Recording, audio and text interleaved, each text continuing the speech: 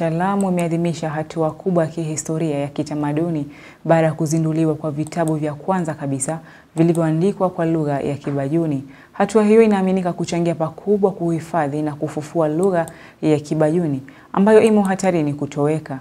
Ni mradi ulioendeshwa na kufadhiliwa na British Council Cultural Protection Fund na idara ya Uingereza ya utamaduni.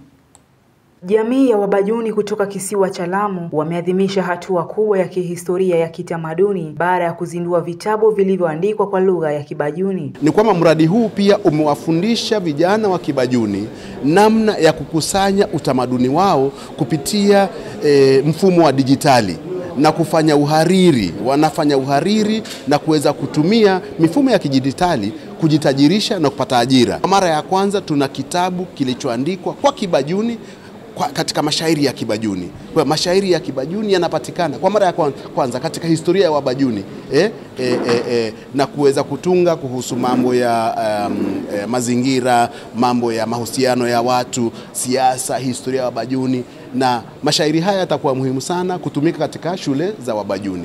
Haya ni mambo ambayo ni muhimu na yako katika mfumo mzima wa taifa wa kuimarisha tamaduni zetu. Ikiwa taifa halizingatii tamaduni za jamii, haliwezi kuendelea kwa namna ambayo ni endelevu.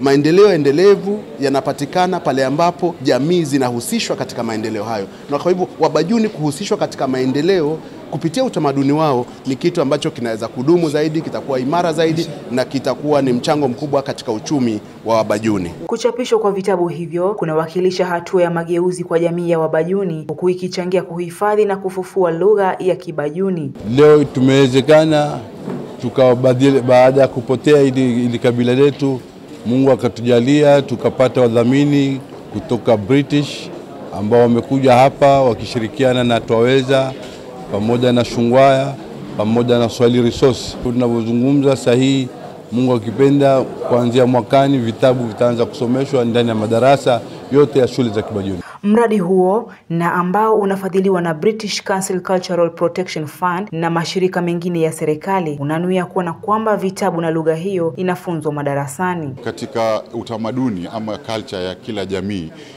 ni lugha ya hiyo jamii, na tumegundua kwamba hii lugha ya Kibajuni inapotea. Mpaka sasa vijana wetu ambao wanazaliwa vizazi vipya hawaelewi hii lugha kabisa.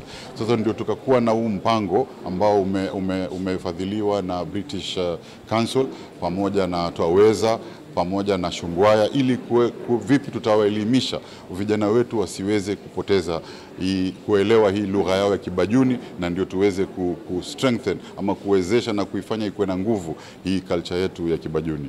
Na ndio walipomaliza kuwa na hiyo mradi kupitia serikali, Mheshimiwa Rais Ruto ameweza kupitia Kenya Curriculum Development kuapprove curriculum ya vipi vivyo vitabu vitakuwa vinasomeshwa vijana kuanzia standard 1 mpaka standard 3, na ndio tulikuwa hapa kulaunch hizo vitabu ili vijana wetu wakiwa wadogo waweze kukielewa Kibajuni kisawasawa na lugha yetu ya Kibajuni isisaulike.